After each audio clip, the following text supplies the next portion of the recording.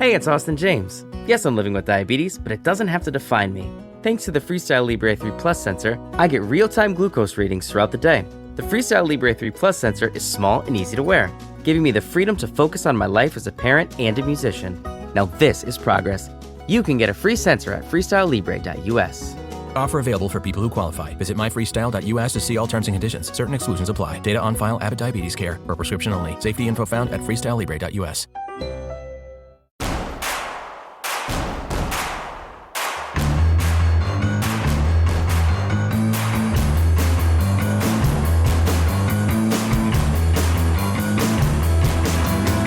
From your favorite source for Chicago White Sox talk, delivering news, interviews, analysis, and more. This is the Sox Machine podcast with your hosts, Jim Margulis, James Fegan, and Josh Nelson. Thanks, Rob, and welcome to a new episode of the Sox Machine podcast. I'm your host, Josh Nelson, and it's Thursday night, October 17th, 2024, as we bring you a new episode. What a week it's been. We've been quite busy at Sox Machine at a time where we were worried that things would slow down with the postseason races still ongoing, which is preventing the Chicago White Sox from completing their managerial hiring process, as they still want to speak with coaches who are currently on playoff teams. But we at Sox Machine have reported 4 new names added to the White Sox managerial search list, and also have heard the White Sox have already been telling some candidates that they will not be getting the job, so they are cutting down the list at the same time. We'll share the latest in what we have heard about the White Sox managerial search on this episode. But the biggest news, and quite frankly the biggest possible news covering the Chicago White Sox, was reported by The Athletic's Brittany Ghiroli. Jerry Reinsdorf is interested in selling the White Sox. A seismic shift for the organization that would have widespread impact in how the team operates. But is Jerry really motivated to sell now? If he did, who could possibly buy the ball club? Are the White Sox in danger of moving out of Chicago? Is Project 78 more of a realistic possibility? Lots to discuss, report, share, and speculate. Hence why we are having this podcast episode. Joining me are Sox Machine's beat reporter James Fegan and managing editor Jim Margulis. And I think it's 30 Rock, Jim, where Tina Fey's character Lemon's like, what a week. And Alec Baldwin's character's like, it's Wednesday, Lemon. And that's kind of how I feel for us at Sox Machine, Jim. It's Thursday night, but it's been quite the week for us. It has. And I was looking at our traffic numbers just to see how it was resonating. And sure enough, like we're hitting peaks that we hadn't hit since the White Sox set the all-time record for, or at least the modern Major League record for losses in a season. So that seems to be the way the White Sox go, is like when they make big news, it's not for good reasons or not for flattering reasons for the state of the franchise, the health and stability of it. But that's where we are. So yeah, it's resonating not just in Chicagoland, but it's one of those things that I think also resonates among Major League Baseball fans, just because I think Reinsdorf has a reputation for being very peculiar and just figures like it feels like he's been a fixed part of the baseball landscape for decades in more ways than one, both just as the White Sox chairman, but also set in his ways, kind of runs the same playbook over and over again to diminishing returns if there were ever any returns to begin with. So he's known, and I think familiarity breeds contempt, and so I think people who are more distant are like, "What's that guy's deal?" And then White Sox fans closer up are like, really hoping that there's like another shoe to drop, and that like he sells a team, but also not like a third shoe where it's just like it's even worse, which is always possible when it comes to owners. So it's a very unusual situation, and Reinsdorf breaking new ground and saying like. Or not him saying directly, but somebody saying like, yeah, he actually might. And here's a buyer who might do it. Yes. And for the White Sox, Forbes is valuating the White Sox prior to the 2024 season at $2.05 billion, despite an operating revenue of $288 million. That's a key number. Again, that's prior to the 2024 season when the White Sox had one of the worst home attendance since they've opened Guarantee Rate Field, New Comiskey, the Cell in 1991. I can't imagine that number will increase a whole lot after this season. It is one of the lowest operating revenues in Major League Baseball, despite residing in the third largest market in the United States of America. So if you thought the White Sox were not great on the field, they're not having great success off the field either. And it was reported in The Athletic that Jerry Reinsdorf owns, let's say, at least 19%. But he teases this number, and he has been, that nobody knows for certain how much that he owns the White Sox, which is just really curious. Jim, I'll go back to you because I think you wrote an excellent column about this entire situation. Why do you think this is happening now? Why would Jerry Reinsdorf entertain selling the White Sox at this moment? I think there are two answers, or groups of answers, I should say, based on, how genuine you believe his interest in selling is to be. Like if you're cynical, or if you're basing your attitude on how he tried to negotiate the last stadium deal in the 1980s when he threatened to move to Florida. This is a case of like him bluffing the bluff that he needs to bluff. And in the case of the 1980s, it was, we're going to move to St. Petersburg. The Suncoast Dome is there waiting for a baseball team to move in. We can be that team because there isn't that major league ready stadium anywhere, and not really any market that's that close to being able to build one in a hurry, as we're seeing with the Las Vegas move with the Oakland Athletics right now, that there really isn't a plan B, another market going to step in and save them like the Salt Lake City did with the Arizona Coyotes.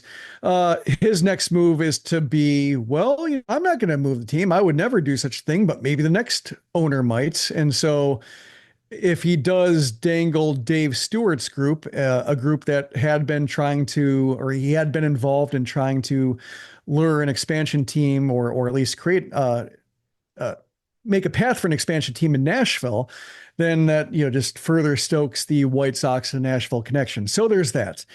If you do think that like he might be genuinely interested in selling, like, sure, the leverage is kind of nice and maybe it's worth trying no matter what. But in the event that it's not a bluff, like it's the first step in him actually selling, it's just a matter if a stadium gets done before he sells. It could be a case where market values for franchises are going to take a hit because of the cable TV landscape and the way broadcast rights have plummeted in terms of value. We're seeing that with the Twins. They just won the block, and they've had some hard times with TV being part of the Bally Sports, Diamond Sports Group bankruptcy proceedings. And Major League Baseball now is running their broadcast, and they're doing direct to consumer, which is not nearly as lucrative as the Bally Sports deal was. And so like Pohlad, the Pohlad family, which had already cut costs, cut payroll, now they're looking to sell. Like the canary in the coal mine for me was when Mark Cuban sold his controlling interest in the Dallas Mavericks. I think it was a couple of years ago, and he sold and he's fairly transparent about like, why he does what he does as a businessman. And I'm not one of those people who says like, oh, he's a billionaire, must be doing something right, but he's pretty transparent in terms of his reasoning. And his reasoning was that there is indeed like the cable bubble has burst. So what's going to be the next landscape for like growing a team and increasing revenue? Well, that's real estate and that's casinos. And so he sold to the Adelson family, the Las Vegas casino operators. And so they're going to try to build some kind of huge complex there in Dallas. And so he's still like in control of basketball, like the basketball operations, but he doesn't have a controlling stake in the franchise overall. Like he's just the president of basketball operations effectively. Like when he did that, I was like, that's interesting. Cause he's pretty good at timing his deals. Like he's pretty good at knowing where the market's going to go and timing them well enough. Famously good. Yeah. That's what he's known for. So like in the case of like Reinsdorf selling, like watching CHSN struggle to get on Comcast at like one of the lesser tiers or less expensive tiers, not the premium tier, watching them try to, missing out on YouTube TV and not striking deals with Fubo even. You could see the same kind of struggle to where like, this just isn't fun anymore. And perhaps like even though he might take a huge capital gains hit by selling a team before he passes, and passes down to the family, maybe it's still better than waiting for the franchise value to take a hit. Like maybe he's trying to sellish high, or sell highish, versus, take his chances, having a huge hit on franchise value when everybody's trying to sell because cable TV, the absence of those massive deals has really screwed up franchise valuation. So that's why I'm giving that more credence than I normally would. Normally I'd say like, yeah, he's bluffing. This is, so far he's done everything he did in St. Petersburg. So why not keep believing that's true? But this is one reason I think to believe why it might be different this time. James, I know based on our reporting on Sox Machine with the managerial search, you've been keeping in touch with a lot of people, multiple levels of the Chicago White Sox. What are you hearing from White Sox employees and sources within the organization about this report? Surprise, confusion, skepticism, and then more like methodical pushback, like active talks is a stretch, or I wouldn't worry about that in the immediate future type of things, in terms of this little guy. I wouldn't worry about this little guy. Well, Jerry and I don't talk as much as we used to, in the sense that I don't know if it's happened this calendar year, as opposed to like once or twice in a hallway before. For whatever reason, I'm more acquainted with people in baseball ops than other departments of the organization. Chalk it up to what? I don't know.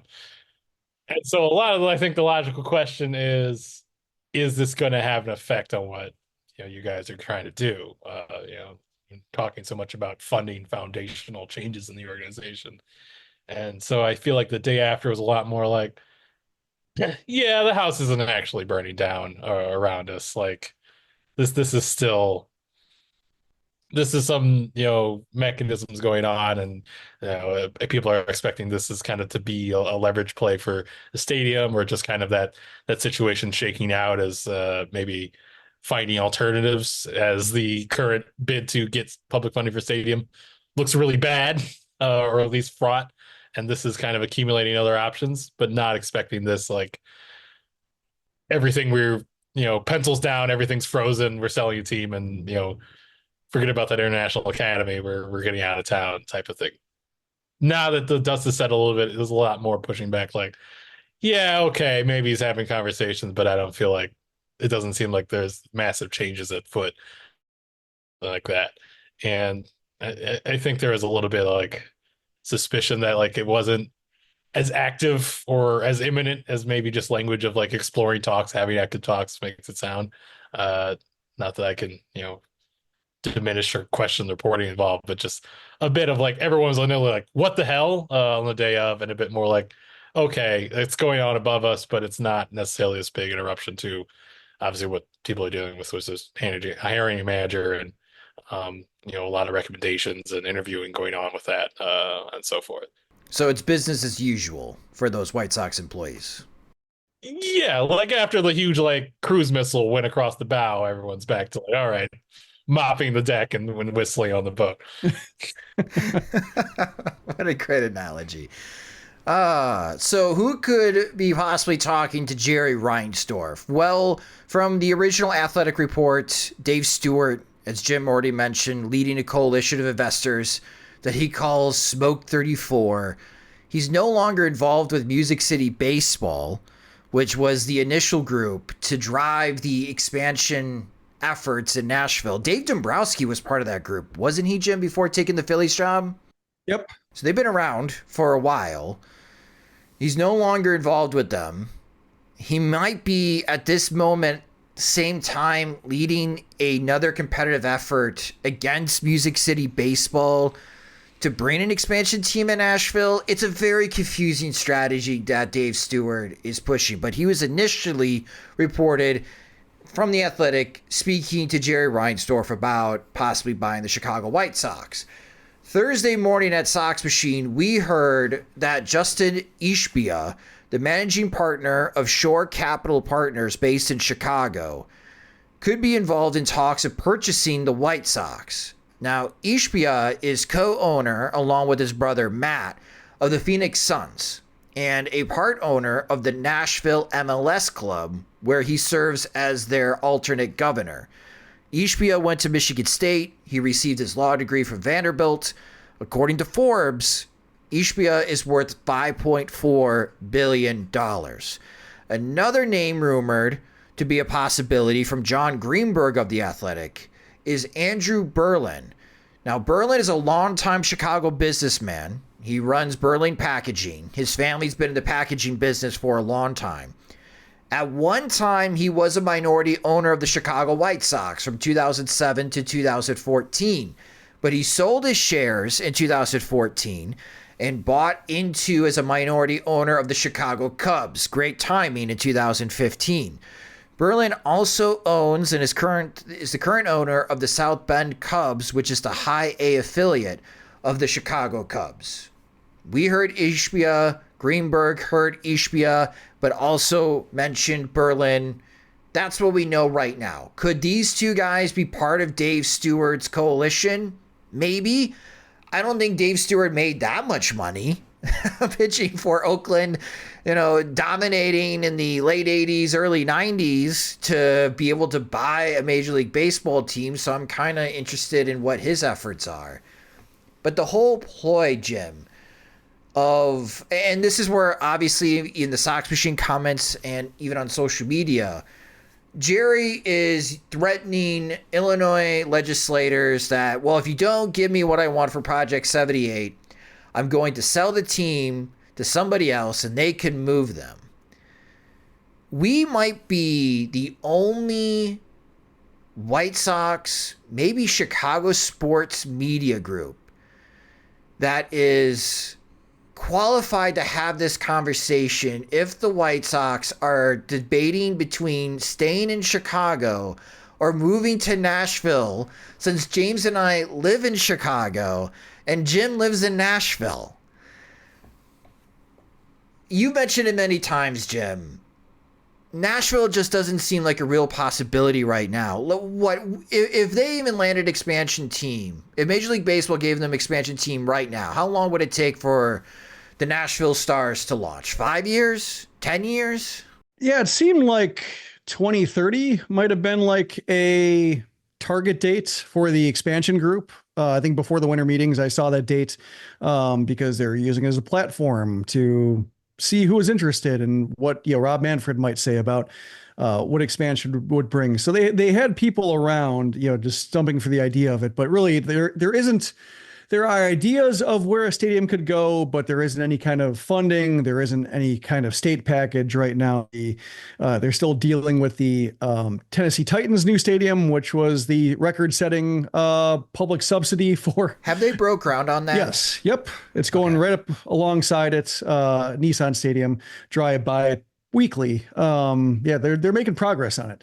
But that's a huge subsidy, very controversial. The mayor who approved it resigned or stepped down, was replaced by a mayor who ran on anti-stadium funding. He's trying to get currently a $3 billion transit package passed, which I think is more his mode in terms of what he wants to do with billions of dollars versus you have it go to stadiums. That can always change when it comes to whether a new mayor takes over, whether the state supersedes and provides most of the funding. I wouldn't put all of the meaning in that, but there's just a lot going on in Nashville that has nothing to do with baseball. And the baseball efforts have been more just the populations there. It makes sense for a lot of reasons, like geographically it makes sense. There are a lot of baseball players in Nashville. Whenever you see a player poll on where teams should go, they always say Nashville. There are a ton of hitting labs around, pitching labs. It's tax. There's no income tax, so it's good to be rich in Nashville. You make a lot of money. You don't get taxed and you don't get bothered. It's pretty celebrity friendly environment. So that's why a lot of people live here. And so it makes sense on a number of levels, but when it comes to actual business of it and, putting a shovel in the dirt, that's still a long ways away. And I was looking at the Tennesseans reporting of just Dave Stewart's, separation from the Music City baseball effort. And, it is, there's mystery in terms of who's supporting it. He said that there was a fallout when he said, and I'm quoting and I'm including some parentheticals that the Tennessee included. I put people in front of Music City Baseball who were capable of doing what needed to be done financially. They questioned me and who my people were. Quite frankly, it was insulting. And then, later on, the managing partner of Music City Baseball said, like, they had more agnostic terms of who they wanted it to be funding, whereas Stewart wanted a very diverse ownership group. And, he goes and says that somewhere along the line, John Lohr, who is that managing partner, did not really grasp what that means, or for that matter, some of the board members of Music City Baseball, some of the ownership commitments I have, they're white, they're Asian, they're Hispanic, they're black. So like there's a case of, whether it's wanting specific investors they didn't want, or a case of, maybe some Music City Baseball people have investors who want in once the big money person's there, and they're just waiting for that one massive investor. But it is a little messy and it's a little anonymous, so it's really hard to know, like, although there's a lot of money in Nashville, like nobody has really stepped up yet to be that money person. Got it. Meanwhile, in Chicago, City Hall has a gigantic budget deficit, and the whole Chicago public schools, I don't want to get into Chicago politics in this episode, because for those that are like, if you are like James and I and you live in Chicago or in Chicagoland area, you know what's going on with the Chicago public schools. You know that the entire board resigned and a new board got appointed by Mayor Brandon Johnson to try to push them to take on a huge loan to make up the budget gap. So the city is really struggling right now with their own budgets. There's not enough money in the Chicago public schools. So if this was a ploy, Jim, as a Chicago resident, as someone who lives in Bridgeport, if this was truly a ploy to give me what I want at Project 78 or I'm going to sell, the state of Illinois, Governor J.B. Pritzker, would tell Jerry Reinsdorf to his face, sell.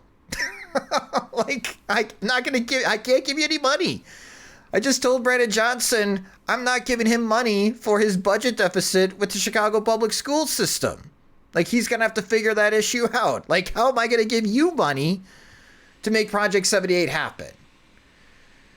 So I think the only way Project 78 really happens is through private financing. And this is where I think it makes sense to sell, because if Jerry doesn't have the cash to make it, and quite frankly, at age 88, does he even have the energy to push forward of a 5-year project to be completed in the South Loop of Chicago?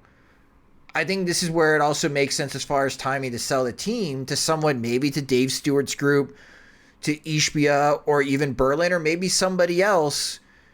I have this relationship with Related Midwest. We have a location. There's land. We have great images. There's a baseball field right now. If you want to check out the view in the South Loop, buy the team from me and take advantage of this opportunity. Kind of like staging a subdivision, right? Building a model house gym. Yeah. And giving people an idea, a dream of, you could build your dream house here. Well, I was thinking, like, with the West Loop, they're doing that massive redevelopment along 1901 around the United Center, and that's something Reinsdorf and Wirtz are very involved in. Most of it, I think, is privately financed. I think there's some infrastructure work that's going to be publicly financed, but I think if there was the balance of private to public that there is in the West Loop for that project, like, the 78 might be humming along by now, based on how they're already like buying the land themselves. How they're already, like, it seems like they're not waiting on the state to make the moves that they need to make. And I think that shows the desire of the next Reinsdorf generation. They're going to be keeping the Bulls. They've announced that they want to sell the White Sox, but they're going to keep the Bulls. So, like, that's why they're motivated to stick in the West Loop and be part of that, kind of upswing in real estate all along there. So, like, they've proven when they have the desire to invest in an area that they will do it. They will make things happen, and they'll make their own plays before the state gets invested themselves. I think with Bridgeport, you're seeing what it looks like when he's not all that motivated, when he's not personally motivated or the family isn't motivated. And that's why I think, like, Related Midwest has been driving this thing. And Reinsdorf's kind of going along like, yeah, I'll tag along. Like, yeah, sure. Provide some renderings. I'll see what I can do. But if Related Midwest didn't have this land, would he be playing this? Would he be driving this bargain? Good question. I'm not quite sure. He doesn't have the votes. The state doesn't have the money or the political atmosphere, the appetite to give all the public financing to make this stadium happen. So if Jerry can't make it happen, I think that is an honest angle of like, well, they got to figure out the long-term solution. The lease of this stadium expires in 2029. Maybe that's why selling now is a realistic possibility for Jerry Reinsdorf and the Chicago White Sox. Hand it off to someone else that can have the next 4 years, 5 years to figure out if they can make Project 78 happen. Mostly private financing that type of project, along with Related Midwest. And they can always extend. They can always extend the lease too on guaranteed rate field. Like it's not like the stadium's going to disintegrate after 2029. Like it'll still be there. So that's why like there is flexibility with this situation that sometimes the hard date of 2029 doesn't really paint. Yeah, well, Mother Nature could always have other thoughts. As unfortunately, Tampa Bay Rays are finding out after Hurricane Milton, that stadium is not going to be ready for opening day. So, knock on wood, maybe punch a hole through the nearest wooden object from you that no tornado or no blizzard wrecks the White Sox stadium, so they don't have the same hurricane issue. Or hurricane. Like you never know. Like given the way it's going. A typhoon off Lake Michigan. I don't even know if that's possible. Not yet. Not yet. We'll keep tabs if this actually comes to fruition. But right now, I think this might be an honest search process for the White Sox. And I just don't think there's any appetite right now for Jerry Reinsdorf to develop the parking lots in Bridgeport. It really does feel like it is Project 78 or bust. And if he can't make it work in the near future, if he can't put shovels in the ground in 2025, maybe he will have to sell to someone that has a little bit more time, energy, and better private financing options than he does in getting that project completed.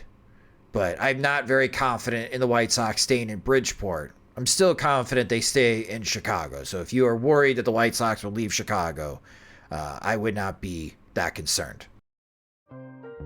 This episode is brought to you by Atlassian. Atlassian makes the team collaboration software that powers enterprise businesses around the world, including over 80% of the Fortune 500. With Atlassian's AI-powered software like Jira, Confluence, and Loom, you'll have more time to do the work that matters. In fact, Atlassian customers experience a 25% reduction in project duration per year. Unleash the potential of your team at Atlassian.com. Atlassian. At Sierra, discover great deals on top brand workout gear, like high-quality bikes, which might lead to another discovery. Getting back in the saddle isn't always comfortable. Good news is Sierra has massage guns. And chafe wipes, too. Discover top brands at unexpectedly low prices. Sierra, let's get moving.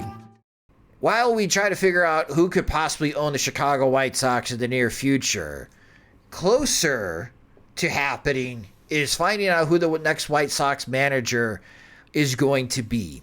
And as James has mentioned in previous episodes of the podcast, the White Sox could make that announcement before November 1st. They would like to know who their new manager is before the GM meetings in early November when they're in Scottsdale, Arizona. In our previous episode, we talked about 9 candidates for the White Sox in the managerial search. Since then, we have heard that Skip Schumacher, the former Marlins manager, will be part of the process for final interviews. We have to be careful and not label anyone as finalists because the White Sox themselves have not named anyone a finalist for the job. But at the same time, as James has reported on SoxMachine.com, they have started to let some candidates know they're not in the running. But 4 new names. They're not semifinalists. They're not semifinalists. They're out. But we have heard 4 new names since our previous episode. And again, we reported this on SoxMachine.com. You might have read this on Reddit or MLB Trade Rumors. George Lombard, the Detroit Tigers bench coach, he was part of conversations a couple years ago when the White Sox had their opening. he's now being considered for the Miami Marlins job. AJ Ellis, who is special assistant to the general manager for the San Diego Padres, so he's a special assistant to AJ Preller.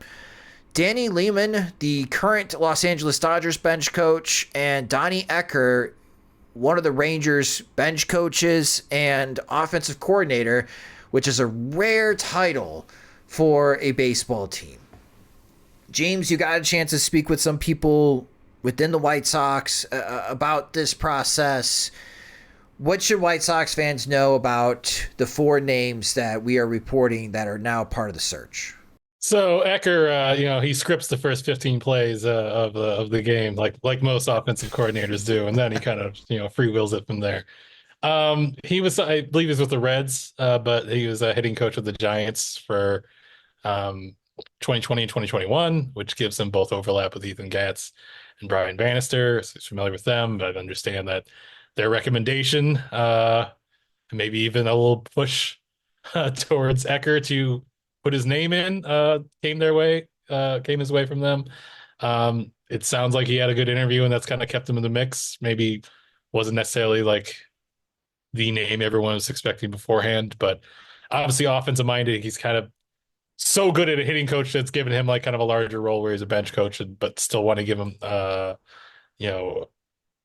control over the offense. They actually have him overseeing the entire offensive system in Texas. So to some degree, we got a lot of responses like, is he just getting credit for Corey Seager and Marcus Semien?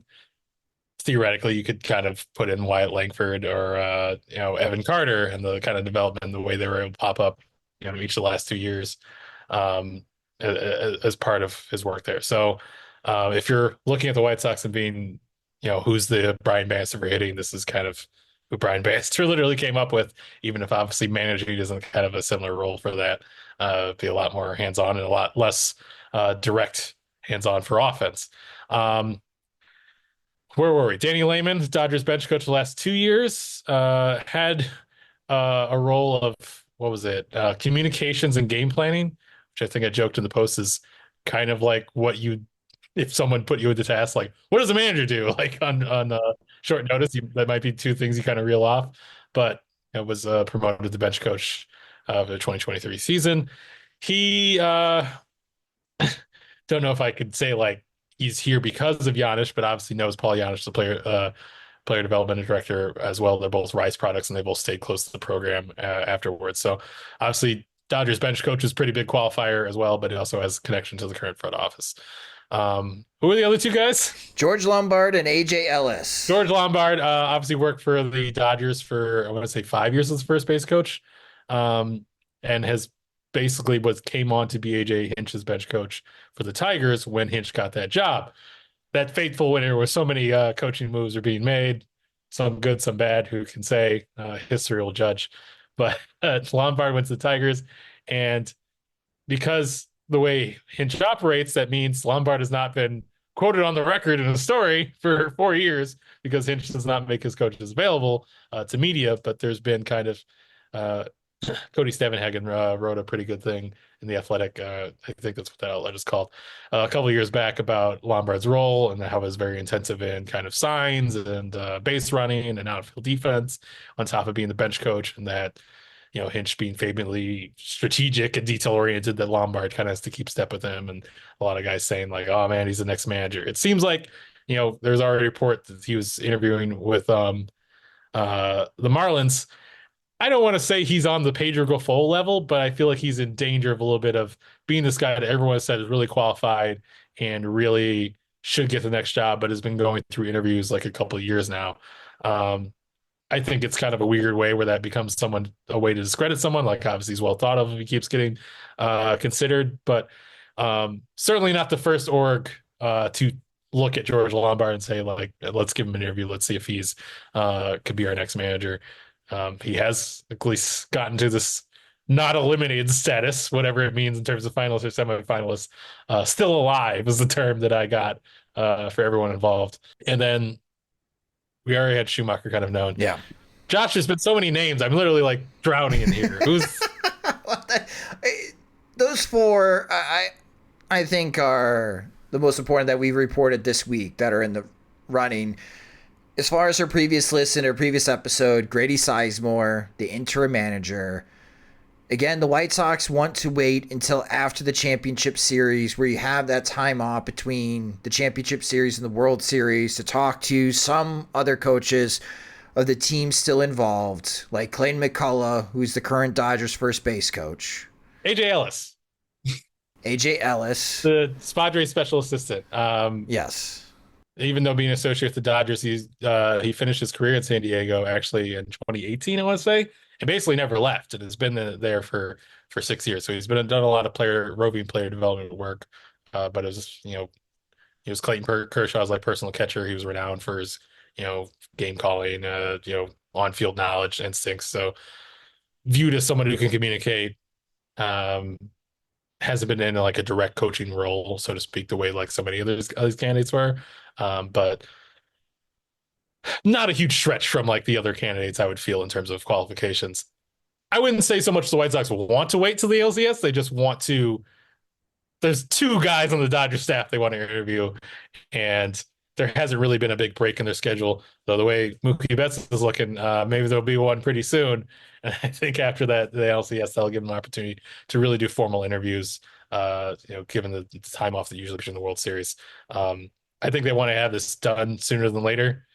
Late October was like a stated goal. That's not so much important, but it's very rare to see a team go to the GM meeting. It's not like there's some big demerit against it, but to go there without like kind of their plan in place of who their coaching staff is going to be, I feel like the only other analogs I can think of when they don't is when there's some sort of scandal that wiped out like Carlos Beltran or something like that from Mets. That was the situation where I remember like talk a bit being at the GM meetings and be like, oh, we don't really know who our manager is, so that's kind of our priority. Whereas normally it's when teams kind of state out what their offseason plan is as far as player acquisitions are for the first time.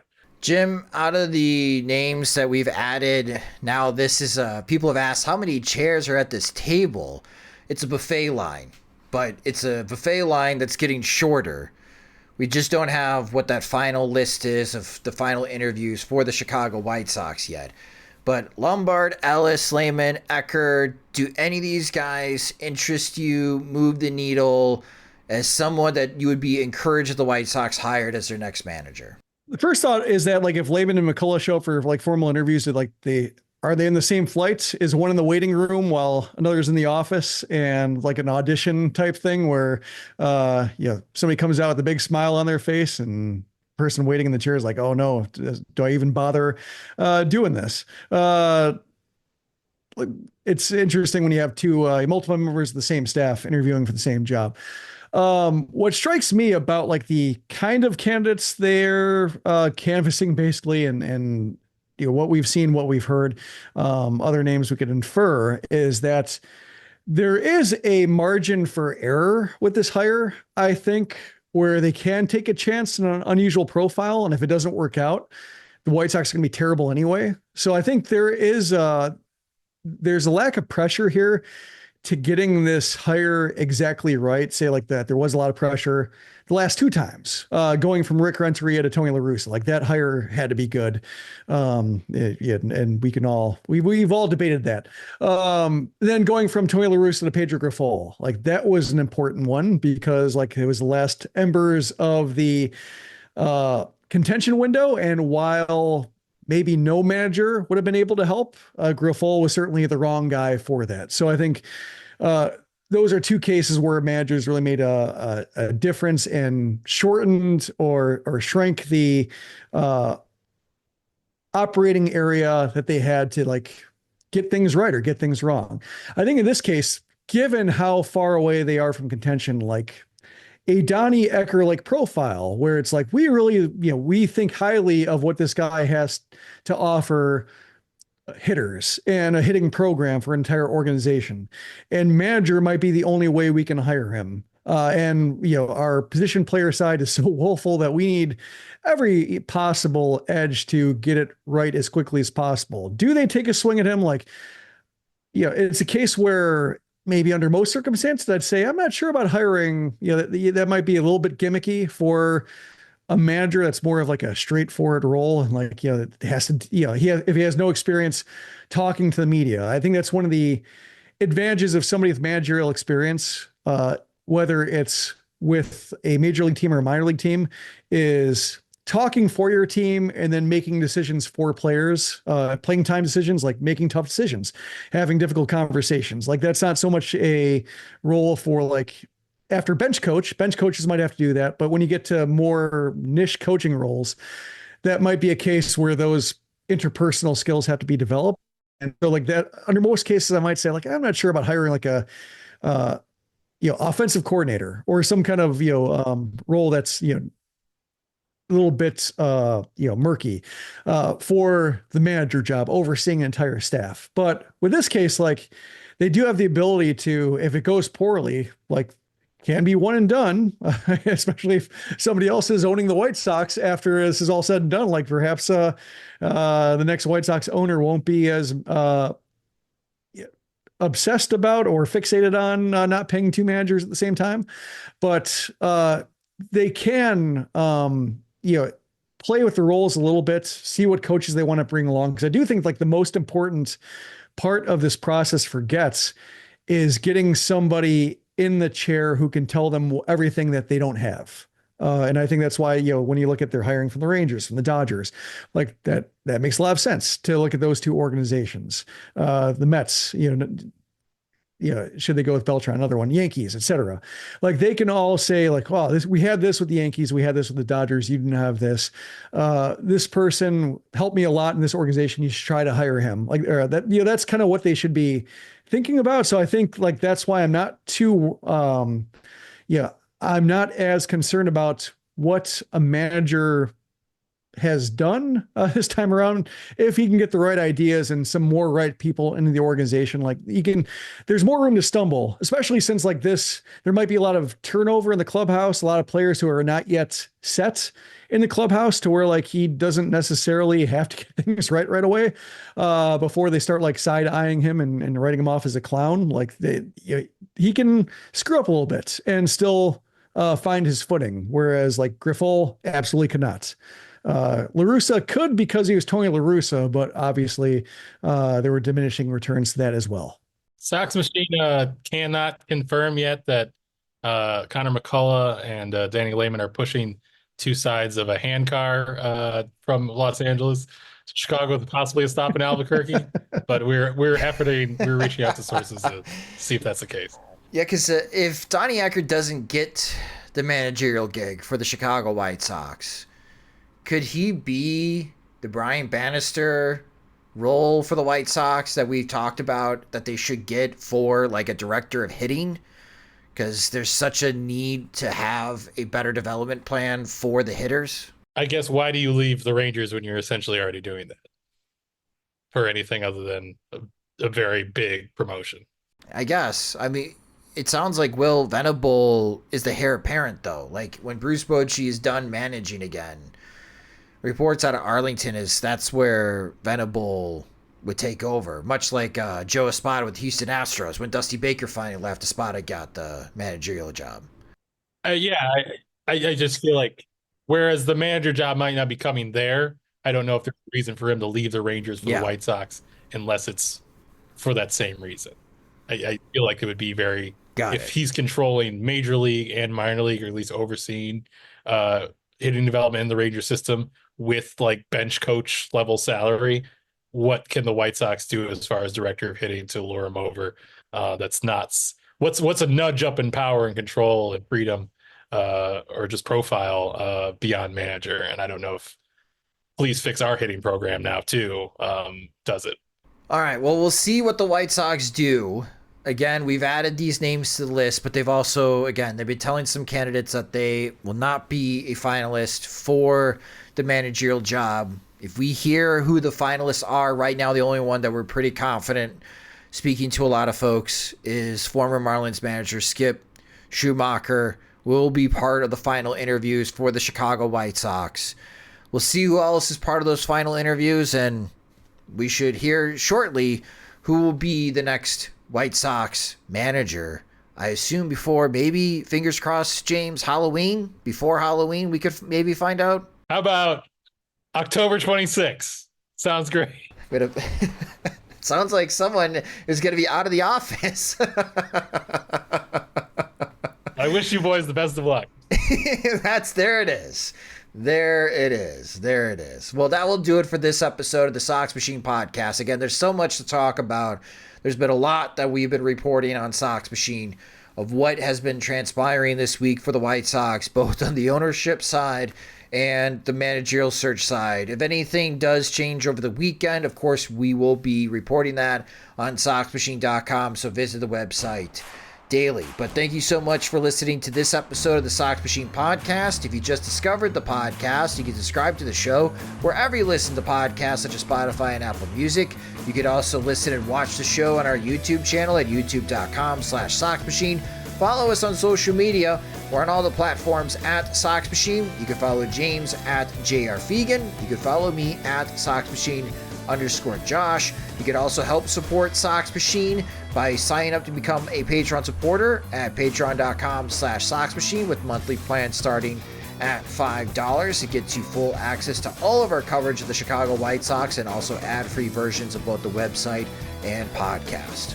The Sox Machine podcast is a production of SoxMachine.com, your home for all things Chicago White Sox baseball and part of the Blue Wire Podcast Network. Alongside Jim Margulis and James Fegan, I'm Josh Nelson. Thanks for listening and watching.